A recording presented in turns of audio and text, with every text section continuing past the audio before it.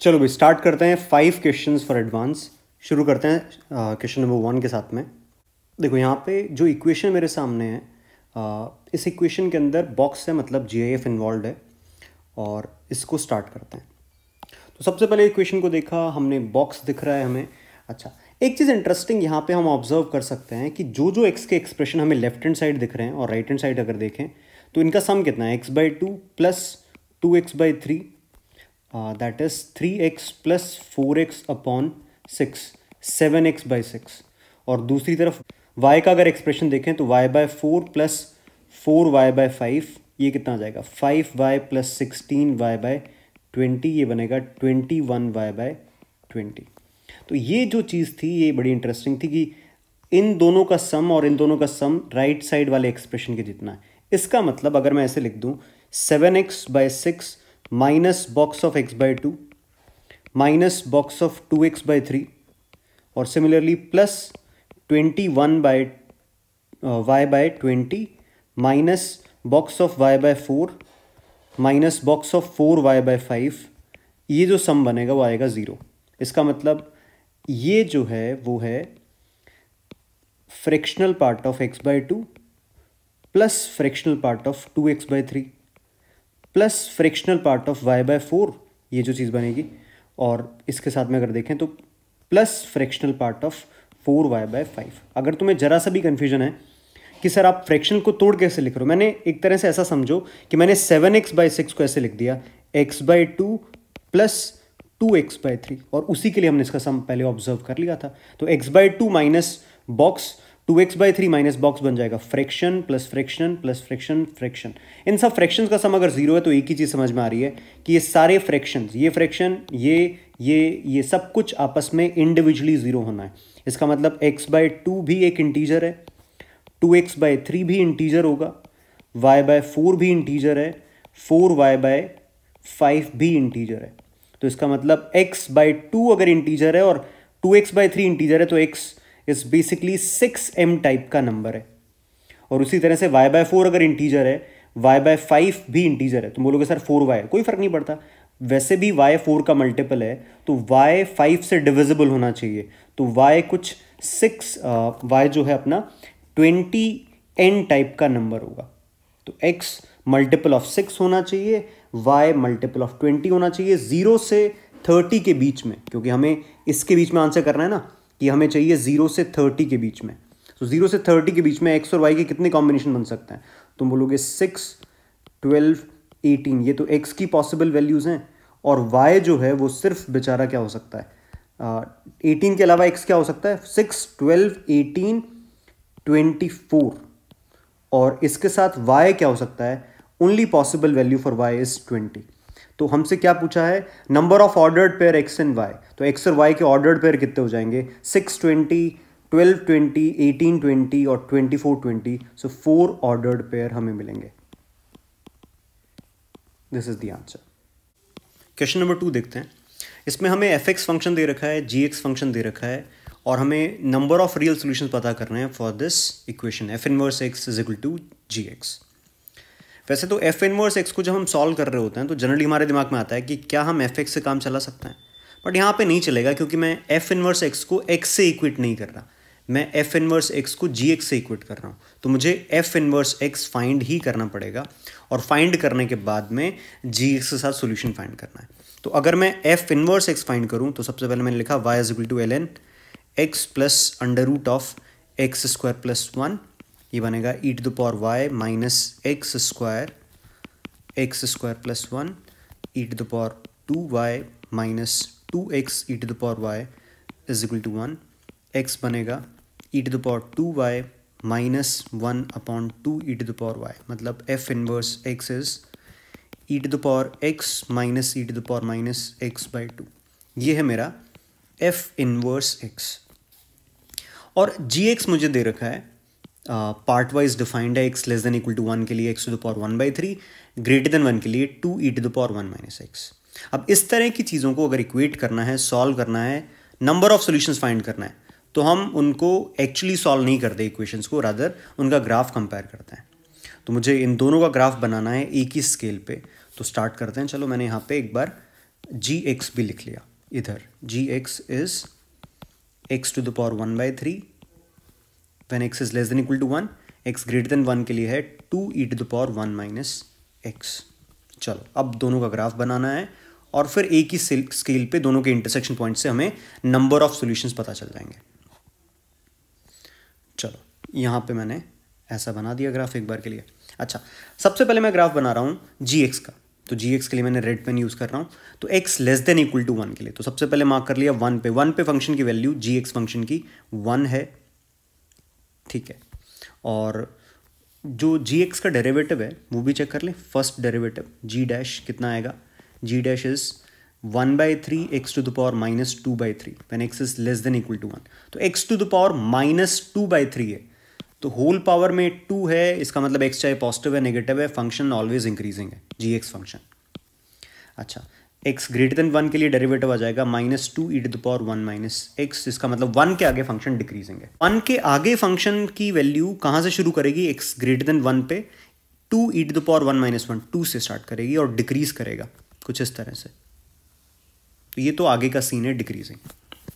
पीछे फंक्शन है x to the power 1/3 less than equal to 1 के लिए इंक्रीजिंग है, तो x to the power 1/3 function का ग्राफ इसी तरह से रहेगा। अच्छा, ये समझ में आया। अब बात करते हैं एफ इनवर्स एक्स। देखो अभी तक मैंने अपने मन से क्या चीज़ बात नहीं की है, कॉन्केविटी की बात नहीं की है, सिर्फ एक ग्राफ बना दिया। तुम बोलोगे बिल्कुल ठीक है। अच्छा, जनरली जब हम नंबर ऑफ सॉल्यूशंस फाइंड कर रहे होते हैं तो हम कॉन्केविटी की बात नहीं करते, लेकिन जब मेरे दोनों फंक्शन इंक्रीजिंग हो जाएंगे उस वक्त मुझे कॉन्केविटी दिखनी पड़ेगी, जो कि तुम्हें पता चलेगा कि एफ इनवर्स एक्स का जो डेरिवेटिव है वो बनेगा e⁻x प्लस e⁻−x/2, मतलब ये फंक्शन हमेशा ही इंक्रीजिंग है। अच्छा, हमेशा इंक्रीजिंग है, जीरो पे वैल्यू कितनी आएगी, जीरो पे वैल्यू जीरो है, तो यहाँ पे मार्क किया जीरो पे, और 1 पे वैल्यू है e-1/e। एफ इनवर्स 1 कितना है, e-1/e/2, जो कि 2.7 माइनस 1/e, 2.7 माइनस समथिंग जो करोगे 1 से बड़ा रहेगा, तो पूरा वैल्यू 1 से तो बड़ा है, लेकिन हाँ 2 से छोटा है, तो कुछ यहाँ पे रहेगा। उसके आगे फंक्शन इंक्रीजिंग एफ इनवर्स, तो यहाँ पे मुझे कोई डाउट नहीं है। लेकिन अब मुझे पता दिख रहा है कि 1 के पहले g x function red graph increasing है, blue graph f inverse x derivative positive है, इंक्रीजिंग रहेगा। तो कौन ऊपर है कौन नीचे है, कब ऊपर है कब नीचे है, ये देखने के लिए मुझे कॉन्केविटी चेक करनी पड़ेगी। अच्छा, वैसे तो अगर मैं एफ इनवर्स एक्स का डबल डेरिवेटिव देखूं तो बड़े आराम से यहाँ से दिख जाएगा। एफ इनवर्स का डबल डेरिवेटिव क्या आ जाएगा, e⁻x माइनस e⁻−x/2। तो सीधी सी बात है, जब x ग्रेटर देन 0 है तो कॉन्केव अप रहेगा, तो कॉन्केव अप है, इसका मतलब इधर से हमारा कॉन्केव अप है इस तरफ, किसका, ब्लू ग्राफ का। जबकि मुझे रेड ग्राफ की बात करूं, मतलब मैं बात कर रहा हूं जी एक्स की, जो कि ये क्यूबिक एक्सप्रेशन की, सॉरी क्यूबिक नहीं है, एक्स की पावर 1/3 की बात कर रहे हैं। फर्स्ट डेरिवेटिव ये है, इसका सेकंड डेरिवेटिव कितना आएगा, तो जी डबल डैश अगर बात करें तो ये आ जाएगा -2/9 एक्स टू द पावर -5/3। तो ये है डबल डेरिवेटिव। तो जब एक्स पॉजिटिव है तो कॉन्केव डाउन है, तो कॉन्केव डाउन है रेड वाले एक्सप्रेशन का, कॉन्केव डाउन, और जब एक्स नेगेटिव है तो कॉन्केव अप है। ठीक है, अब इसका यूज़ करते हैं। जबकि जो हमारा ब्लू एक्सप्रेशन है, मतलब एफ इनवर्स एक्स, उसका डबल डेरिवेटिव आया e⁻x माइनस e⁻−x/2, तो एक्स जब पॉजिटिव है तो कॉन्केव अप है, तो अब बनाएंगे तो ग्राफ अप इसी तरह से ही हो सकता है। और उसके पहले हमारा जो कॉन्केव है, मतलब कॉन्केव अप बनाएंगे।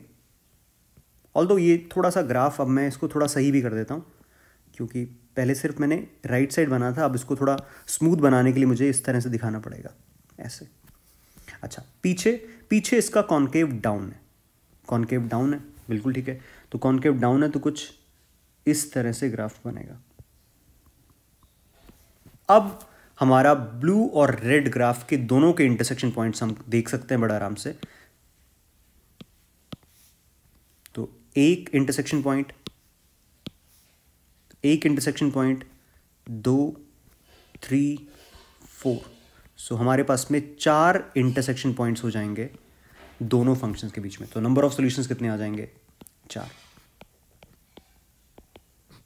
तो अच्छा क्वेश्चन है, और इस क्वेश्चन में हमें ग्राफ बनाना पड़ेगा इसका, और साथ में कॉन्केविटी चेक करनी पड़ेगी, तब जाके हमें पूरा क्लैरिटी से समझ में आएगा कि कौन सा ग्राफ कट करेगा, कौन सा नहीं करेगा। अच्छा, एक चीज़ अभी यहाँ पे हो सकती है कि हमारा डाउट ही हो सकता है कि हमें कैसे पता चले कि कौन सा ग्राफ ऊपर है। मतलब यहाँ पे रेड वाला ग्राफ जो मैंने ऊपर बनाया है और ब्लू वाला नीचे बनाया है, इसकी क्या गारंटी है? तो अगर एक चीज़ देखें तो हमारा जो रेड फंक्शन है, जी एक्स फंक्शन, 0 से 1 के बीच में x की पावर 1/3 डेरिवेटिव आया 1/3 x⁻² -2/3। इसका मतलब इसका डेरिवेटिव 0 के आसपास टेंड करता है इनफाइनाइट को। तो इसका मतलब जो रेड ग्राफ है वो बिल्कुल वर्टिकल ग्राफ है 0 के आसपास। तो ये जो रेड वाला ग्राफ है बिल्कुल वर्टिकल है। और अगर मैं ब्लू वाले ग्राफ की एफ इनवर्स एक्स की बात करूं तो डेरिवेटिव है e⁻x प्लस e⁻x/2। 0 के आसपास डेरिवेटिव आएगा 1। इसका मतलब कौन ज़्यादा वर्टिकल रहेगा? तो तुम बोलोगे रेड वाला ग्राफ। तो रेड वाला ग्राफ ज़्यादा वर्टिकल है, तो क्लियरली इसी तरह से शेप बन सकती है, और बाकी काम कॉन्केविटी ने कर दिया।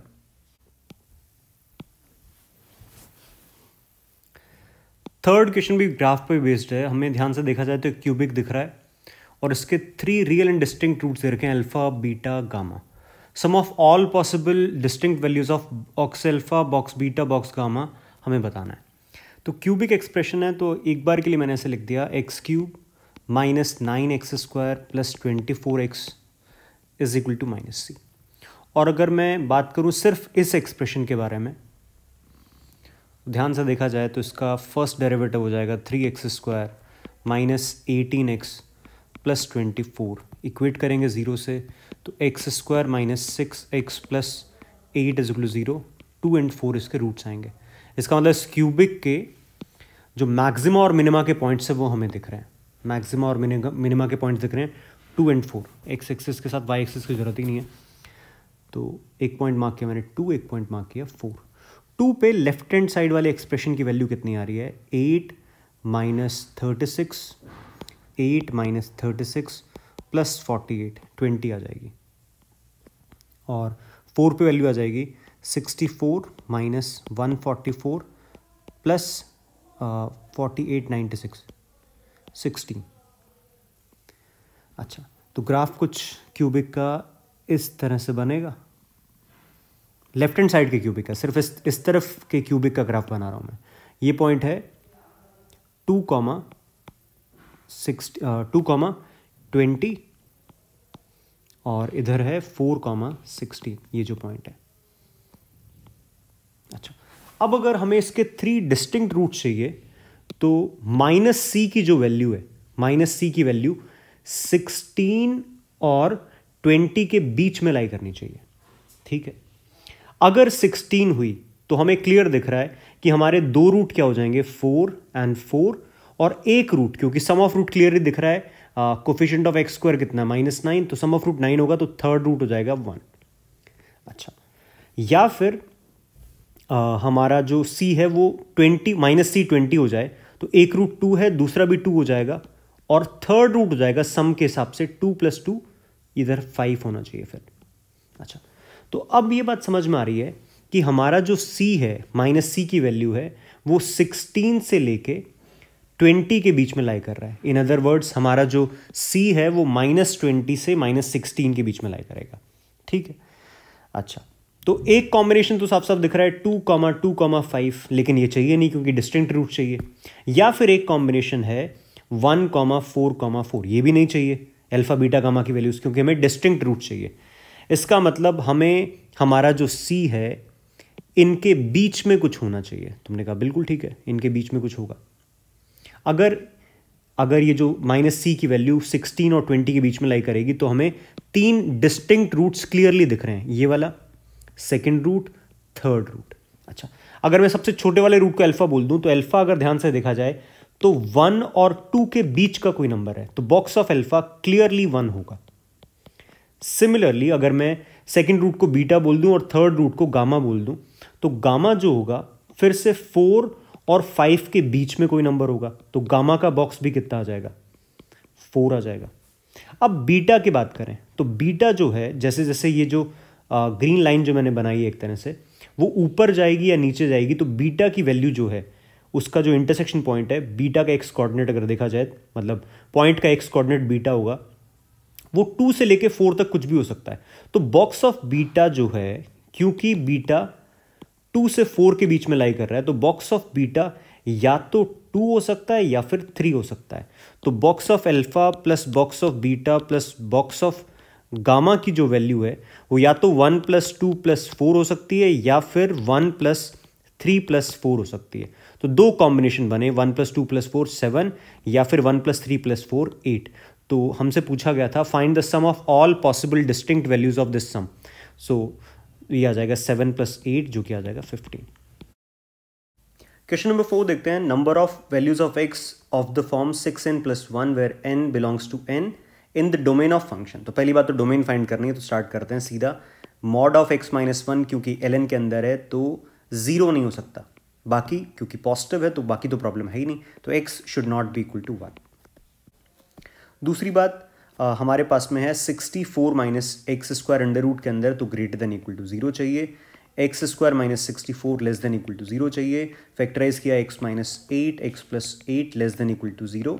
इसका मतलब -8 से 8 के बीच में लाई करना चाहिए, ठीक है। अच्छा, साइन x 0 नहीं होना चाहिए, तो साइन x 0 कहाँ पे होगा? तो हमने कहा 0 पे, पाई पे, 2 पाई पे, मतलब मल्टीपल ऑफ पाई पे 0 होने वाला है। अच्छा, बहुत ज़्यादा टेंशन इसकी क्यों नहीं है? क्योंकि मुझे x की वो वैल्यू चाहिए जो 6n + 1 के फॉर्म में है, तो यहाँ से मुझे कोई प्रॉब्लम नहीं होने वाली। साइन x के 0 होने से इसको कोई खास प्रॉब्लम नहीं है, तो सीधी सी बात है, यहाँ पे आते हैं। तो मुझे -8 से 8 के बीच में वो नंबर चाहिए जो 6n + -1 के फॉर्म में है और n belongs to natural number भी। तो अगर मैंने n को रखा और पहली बात n नेचुरल नंबर भी है, तो n को रखा मैंने 1, तो 6 + -1, तो 7 भी मिलेगा, 5 भी मिलेगा, दोनों एक्सेप्टेबल है, ठीक है। अच्छा, n को अगर मैं 2 रख के देखूं तो ये इसकी रेंज से बाहर हो जाएगा, मतलब औकात से बाहर हो जाएगा। कैसे? जैसे तुमने n को 2 रखा, ये बनेगा 12 + -1, तो हमें मिलेगा 13 या फिर 11, जो कि -8 से 8 के बीच में है ही नहीं। इसके अलावा कोई पॉसिबिलिटी है ही नहीं। तो कुल मिला के हमारे पास में 2 ही ऐसे नंबर हैं, one is 7, the other is 5, जिसके लिए number of values of x in the form, तो आंसर वुड बी 2, और वो वैल्यूज हैं 7 और 5। क्वेश्चन नंबर 5 एक अच्छा पजल जैसा क्वेश्चन है, ध्यान से देखते हैं। n be the number of natural numbers less than 2009, मतलब ऐसे कितने नेचुरल नंबर्स हैं, वो जो नंबर ऑफ नंबर्स हैं वो n है, और इस तरह के होने चाहिए x बॉक्स x की फॉर्म में, और ये सारे लेस देन 2009 भी चाहिए, ठीक है। और x यहां पे positive real, x belongs to positive real है, और हमें उस n के सम ऑफ डिजिट्स चाहिए। तो जैसे मान लो ऐसे 59 नंबर्स होते हैं, तो सम ऑफ डिजिट्स हो जाएगा 5 + 9 14 हो जाएगा, ठीक है। अच्छा, चलो अब स्टार्ट करते हैं। सबसे पहले इस एक्सप्रेशन को देखते हैं। यहाँ पे हमारा x पॉजिटिव है और box of x box x की वैल्यू लेस देन 2009 चाहिए। तो पहले थोड़ा सा समझने के लिए एक नंबर लाइन बना देते हैं, उससे काफ़ी आइडिया होगा। नंबर लाइन बनाई मैंने यहाँ पे, और यहाँ पे मार्क किया जैसे 0 से 1 तक अगर मैं देखूँ तो बॉक्स x क्या रहेगा? 0 रहेगा। तो मेरे पास में जो एक्सप्रेशन बनेगा, मतलब मैं बार बार इसी एक्सप्रेशन की बात करने वाला हूँ, तो ये बनेगा बॉक्स x 0 है तो 0 ही आ जाएगा पूरा एक्सप्रेशन। 1 से 2 के बीच में, 1 से 2 में बॉक्स x क्या रहेगा? 1 रहेगा।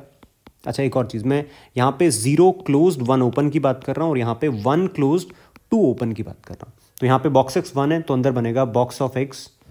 अच्छा, 2 से 3 में अगर मैं बात करूँ तो बॉक्स x की वैल्यू हो जाएगी 2। फिर से मैं बात कर रहा हूँ 2 क्लोज 3 ओपन, और बॉक्स के अंदर बन जाएगा बॉक्स ऑफ 2x। और ऐसे करते करते अगर मैं लास्ट में जाऊँ, एक और नंबर लिख देता हूँ 4। 3 से 4 में 3 क्लोज 4 ओपन अगर मैं बात करूँ तो बॉक्स x आ जाएगा 3, और यहाँ से आ जाएगा 3x बॉक्स। चलो, अब हमें ये एक्सप्रेशन 2009 से लेसर चाहिए। तो अगर मैं बात करूं आगे जाके, मान लेते हैं कि एक्सप्रेशन होगा, मान लेते हैं m से लेके m+1 इंटीजर के अंदर, मतलब बॉक्स ऑफ m से लेके m+1 तक बात करें, तो यहाँ पे मेरे बॉक्स x की वैल्यू रहेगी m, और जिस एक्सप्रेशन की हम बात कर रहे हैं box of x box x, तो ये हो जाएगा बॉक्स ऑफ m × x। अब हमें ये हमारा जो एक्सप्रेशन है लेस देन 2009 चाहिए, ठीक है।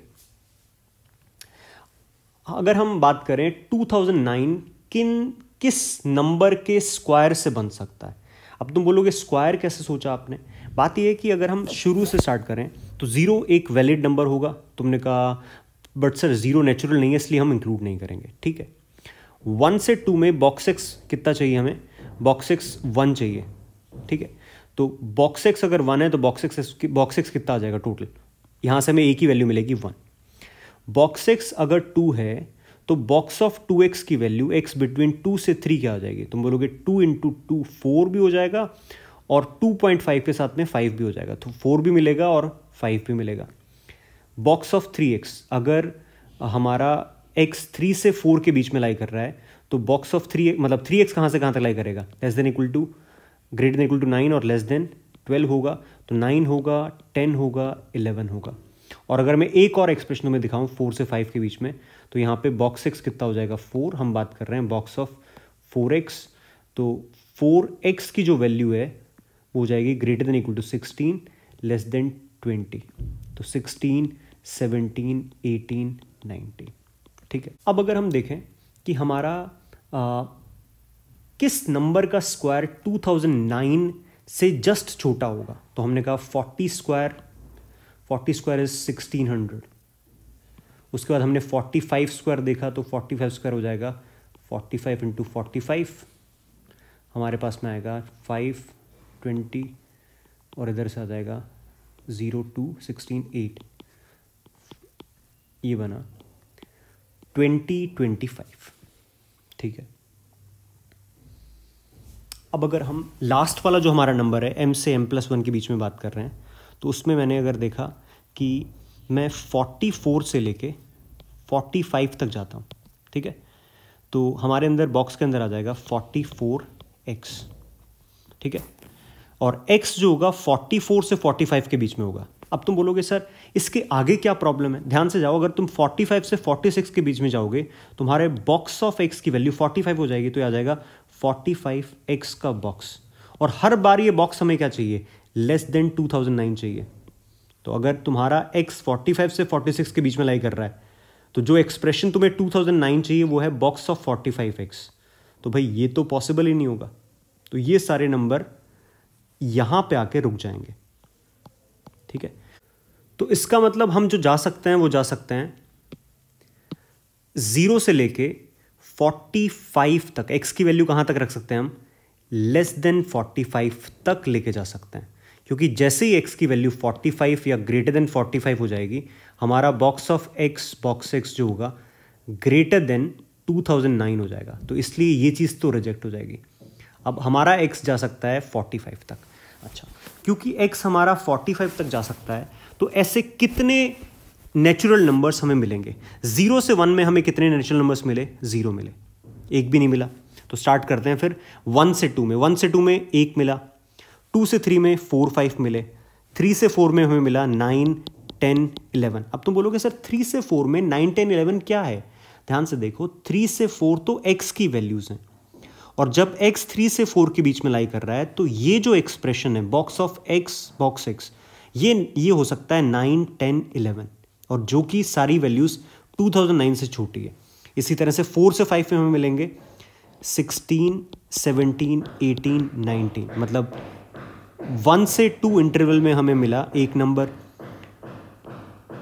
2 से 3 में हमें मिलेंगे 2 नंबर, 3 से 4 में मिलेंगे 3 नंबर, 4 से 5 में मिलेंगे हमें 4 नंबर, और फाइनली 44 से 45 में हमें मिलेंगे 44 नंबर्स। तो ये टोटल नंबर्स कितने हो जाएंगे,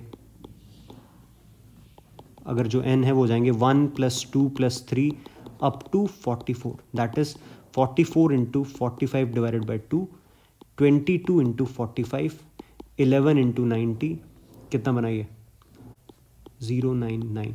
सो टोटल ऐसे नंबर्स हैं वो है 990, और इनका सम ऑफ डिजिट क्या हो जाएगा, इनका सम ऑफ डिजिट क्या हो जाएगा 18 हो जाएगा। तो एक बार इस क्वेश्चन को वापस जरूर देख लो।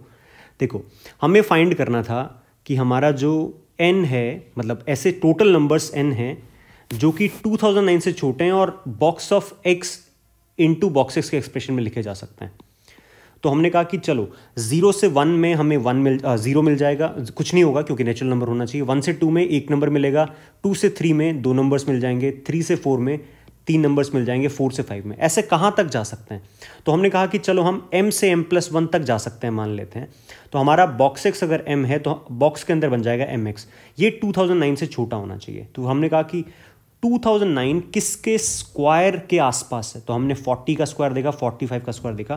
45 का स्क्वायर 2009 से जस्ट बड़ा था। इसका मतलब हम कहाँ तक जा सकते हैं? 45 तक जा सकते हैं। Why not more than 45? क्योंकि जैसे तुम 45 से आगे जाओगे x की वैल्यू लेके, तो x की वैल्यू ग्रेटर देन 45 से 46 भी गए, तो बॉक्स x 45 है, 45 इंटू एक्स का बॉक्स 2009 से छोटा नहीं रह पाएगा। फिर इसका मतलब हम मैक्सिमम जा सकते हैं अप टू 45, इनफैक्ट वो भी ओपन ब्रैकेट के अंदर। तो अब हमारे पास में अलग अलग इंटरवल्स हैं, 0 से 1, 1 से 2, 2 से 3, अप टू 44 से 45। तो 1 से 2 इंटरवल में हमें एक ऐसा नंबर मिलेगा, 2 से 3 में हमें 2 नंबर्स मिले, 3 से 4 में हमें 3 नंबर्स मिले। अच्छा, मैं बार बार बता रहा हूं कि 3 से 4 x की वैल्यूज़ हैं और उन पर्टिकुलर x की वैल्यूज़ के लिए हमारा जो box of x into box x है वो 9, 10, 11 हो पाएगा। इसी तरह से जब 4 से 5 है x, तो box of x into box x 16, 17, 18, 19 हो सकता है। तो ऐसे 1, 2, 3, 4 अप टू 44 नंबर्स हमें मिलेंगे। तो टोटल ऐसे नंबर्स जो n है वो कितने हो जाएंगे? 44 इंटू 45/2 दैट इज 990। और इसका हमें सम ऑफ डिजिट पूछा था, आंसर आ जाएगा 18।